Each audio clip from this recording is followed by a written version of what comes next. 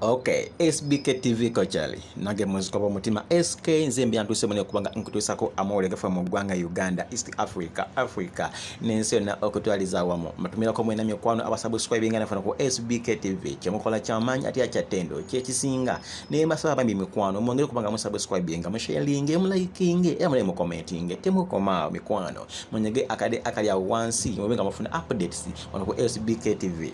Tumideko abana abali mu diaspora, abana abali mu bunziza bwarabu, abana abali mu Africa mwenna, abana abali mu Uganda kyemukola kyamanyi kwa mundenga mu subscribing naffe kyemukola kyatendo.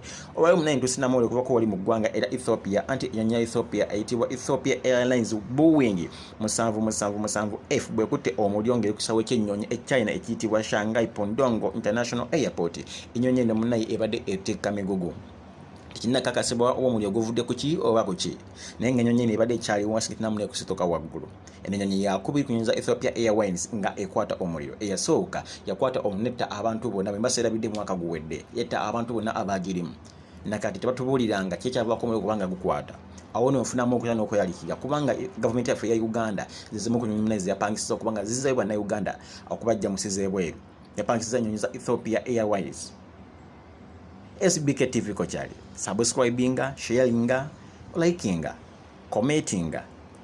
SK Muzika Bomutima. I sign out. This is SBK TV. Subscribe and share please. Thank you.